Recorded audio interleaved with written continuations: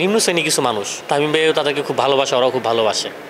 তা ওদের অবস্থা দেখলাম ভিতরে, আমি মানে কতটা কষ্ট হাহাকার ওদের ভিতরে, যে না দেখলে আসলে বোঝা যাবে না। শোয়েব আলী বাংলাদেশ ক্রিকেটের আইকনিক ফ্যান, তামিম ইকবাল অসুস্থতার খবর পেয়ে ছুটে এসেছেন সাভারে। অনেকেই অনেক জায়গা থেকে এসেছেন, গণমাধ্যম কর্মী এসেছেন। তো শোয়েব আলীর ব্যাপারটা একটু আলাদা। শোয়েব আলী এসেছেন একদম নিজের ভালোবাসার জায়গা থেকে।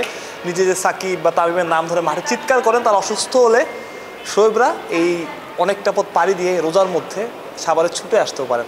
শোয়েব আলী আসলে যখন শুনলেন নিজের জন্য কতটা কষ্টদায়ক ব্যাপার, আপনি তো তামিমের নাম সাকিবের নাম ধরে মাঠে প্রচুর চিৎকার করেছেন, তারা যখন মাঠে হসপিটালে অসুস্থ এমন একটা সময় জীবন মৃত্যুর মাঝখানে থাকে, মানে ব্যাপারটা কতটা কষ্টদায়ক আপনার জন্য? অনেক কষ্টদায়ক, কারণ একটা মানুষ যদি অসুস্থ থাকে তারপর একটা মানে সান্ত্বনা পাওয়া যায়। অসুস্থ মানুষটা, একটা মানুষ সুস্থ মানুষ, মাঠের মানুষ, তিনি একটু পরে খেলবো টস দিলেন, সেই মানুষটি হঠাৎ অসুস্থ, মানে সেটা সবারই, আপনার যেরকম অনুভূতি আমার একই অনুভূতি। আর যখন শুনলাম যে মুখ দিয়ে একটা কিছু বেরিয়ে গেছে, তখন তো আসলে যে কোনো মানুষের যারা ক্রিকেটকে ভালোবাসে, মানে তামিম ইকবালকে চিনে, মানে কলজের ভিতরে দাপুর দাপুর করবো। আমারও ওরকমই আসলে, যখন শুনলাম যে কিছুটা বেড়ে গেছে মুখ দিয়া, মানে অনেক হইতেছে না, মানে বুঝতে পারবো না, সবারই একই অনুভূতি। তা আমি আমার একটু পরে আসার পরে, গাড়ি চালায় আসার পরে গাড়ি ব্রেক ধরতেছে না, তা ভাবতেছি গাড়ি এখানে ফালাই রেখে চলে যাই। আবার চিন্তা করে যে আমার গাড়ি হারা যেতে পারে, যে ওই ব্রেক ধরে না, ওই আপনার আস্তে আস্তে চলে আসলাম। তাকে এসে পরে শুনলাম যে এখন আগের চেয়ে ভালো। এখন এই তো ভাই, মানে দোয়া ছাড়া আসলে আর কোনো কিছুই নাই বাড়ির জন্য। মানে আপনাকে যখন মাঠে দেখি, বাংলাদেশ যখন একটা ক্লোজ ম্যাচ হয় বা বাংলাদেশের যখন একটু খারাপ অবস্থা হয়, তখন মাঝে মাঝে আপনার চোখে পানিও দেখি আসলে। সো আজকে কি ওইরকম একটা সিচুয়েশন ক্রিয়েট হয়েছিল কিনা? ওটা সবারই ভাই, সবারই, আমার একার না। বিশেষ করে এখানে অনেক টিম বয় যারা আসছে, টিম বয়, তারপর আরও অনেক টিম বয় যারা আছে, মানে নিম্ন শ্রেণী কিছু মানুষ, যারা মানে তামিম ভাইও তাদেরকে খুব ভালোবাসে, ওরাও খুব ভালোবাসে। তা ওদের অবস্থা দেখলাম ভিতরে, আমি মানে কতটা কষ্ট হাহাকার ওদের ভিতরে, যে না দেখলে আসলে বোঝা যাবে না। হয়তোবা আমাকে চিনেন, জানে সবাই, আমারটা দেখা যায়, বলতে পারি, কিন্তু ওদেরটা বলতে পারে না। তা মানে প্রত্যেকটা মানুষেরই আসলেই, মানে যদি শত্রু হয়ে থাকে, মনে করি তামিম ভাই হয়তো অনেকে তাকে অপছন্দ করতে পারেন, তাকে ভালো লাগতে পারে না, স্বাভাবিক। কিন্তু একটা মানুষ যখন অসুস্থ হয়, খারাপ অবস্থা থাকে, তখন আসলে কেউ মানে ওখানে বসে থাকতে পারে না। তা যার যার জায়গা থেকে বলবো যে এই মানুষটার জন্য দোয়া করেন, এই মানুষটার জন্য, তাকে ভালো না অবস্থা পছন্দ না করতে পারেন। একটা মানুষ যখন অসুস্থ হয়, তখন সেই জানে তার কী অবস্থা।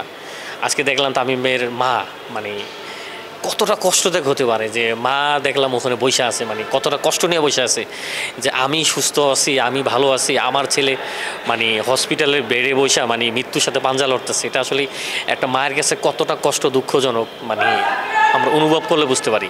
তা সেদিক থেকে বলবো যে সবাই দোয়া করবেন ভাইয়ের জন্য, তাদের যিনি সুস্থ হয়ে যাবেন, তিনি মাঠে চলে আসে। আর সাকিব ভাই বলেন, তামিম ভাই বলেন, দুজনের প্রতি আমার সেম ভালোবাসা।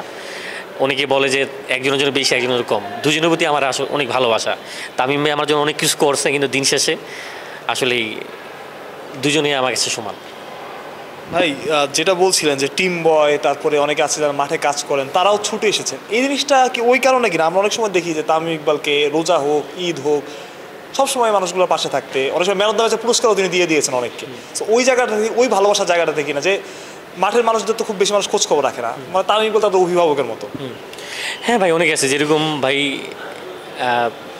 আমি যখন শ্রীলঙ্কায় খেলা দেখতে যাই, তখন দুইজন টিম বয়, আপনি যাদের খেলা দেখার ইচ্ছা ছিল দেশের বাইরে, তা দুজন টিম বয়কে তামিম ভাই এই বাংলাদেশ থেকে নিয়ে যায়, বিমান ভাড়া, হোটেল থেকে শুরু করে, পারে নাই তামিম ইকবালের রুমে রাখতে, মানে ওই ছেলেগুলো আমার সাথে ছিল, পারে নাই তামিম ইকবাল তার রুমে রাখার জন্য। ওরা নতুন, কিচ্ছু বোঝে না, জীবনে প্লেন ওঠে নাই, সেই দুজনকে সে নিয়ে সব কিছু ব্যবস্থা করে নিয়ে যায়। এবং আমি একসাথে ছিলাম, তা সবসময় দিয়ে তামিম ইকবাল তাদেরকে ফোন দেয়, খোঁজখবর নেয়, হোটেলে নেয়। তা নিয়মকরণের কারণে তার রুমে রাখতে পারে না। মানে আসলে সেই মানুষগুলো কেন তামিম ইকবালের জন্য দৌড়দৌড়ি করবে না, কেন তারা ঘন্টার পরে ঘন্টা ওখানে বসে আছে? মানে একটা ছেলে দেখলাম যে বলতেছে যে তার বউরে স্যালাইন লাগানো বাসার ভিতরে, তার বাচ্চা অসুস্থ, তার মা অসুস্থ, তার জ্বর, সেই সকাল থেকে তামিম এই অবস্থা হওয়ার পর থেকে তিনি এখন পর্যন্ত ভিতরে একজন টিম বয়। তা তা এটাই আসলে ভালোবাসা। কারণ মানে কিছু মানুষের জন্য থাকে যে মানে আত্মীয় না, রক্তের না, কিন্তু মানে মন প্রাণে উজাড় করে ভালোবাসা। আর আপনারা তো সবসময় দেখেনি যে তার মন মানসিকতা, তার উদারতা কত বড়, এটা আসলে নতুন করে বলারও কিছু নাই। একদম একটা শেষ একটা প্রশ্ন আসলে, তামিমের জন্য এখন তামিমের যে অবস্থা বা শারীরিক যে কন্ডিশন তাকে রিং পরানো হয়েছে, তার জন্য আসলে মাঠে ফেরাটাও এখন কঠিন, পরবর্তীতে মাঠে খেলাটাও কঠিন আসলে। এটা অ্যাজ এ ফ্যান, আপনি তো আইকনিক ফ্যান বাংলাদেশের, আপনি সবারই প্রতিনিধিত্ব করেন আলটিমেটলি বাংলাদেশের যারা ফ্যান আছেন, তার জন্য আসলে কতটা কষ্টদায়ক এবং আপনাদের কি চাওয়া থাকবে তামিমের কাছে? আসলে সবার আগে আসলে তিনি যদি বাচ্চা থাকে, সুস্থ থাকে, অবশ্যই মাঠে খেলতে পারবে।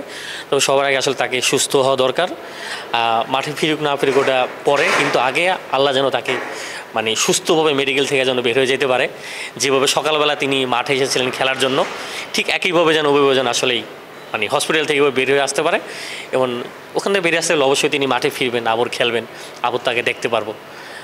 এই তো শোয়েব আলী যে গল্পগুলো বলছিলেন, আসলে টিম বয়, মাঠে যারা কাজ করেন, এই মানুষগুলো তামিম ইকবালকে ভালোবাসেন। ভালোবাসার একটা কারণ, এই মানুষগুলোর খোঁজখবর আসলে কেউ রাখে না। এই মানুষগুলোর খোঁজখবর একটা মানুষ রাখেন, তিনি তামিম ইকবাল খান। লোকে অনেকে তাকে বলে কলিজাওয়ালা খান। সেই কলিজাওয়ালা খান আজকে অসুস্থ হয়ে হসপিটালে ভর্তি হয়েছেন এবং তার জন্য সেই মানুষগুলোই ছুটে এসেছেন। এটা বোধহয় একজন ক্রিকেটারের জন্য সবচাইতে বড় প্রাপ্তির জায়গা। মাহফুজ প্রত্যয়, বিডি ক্রিক টাইম।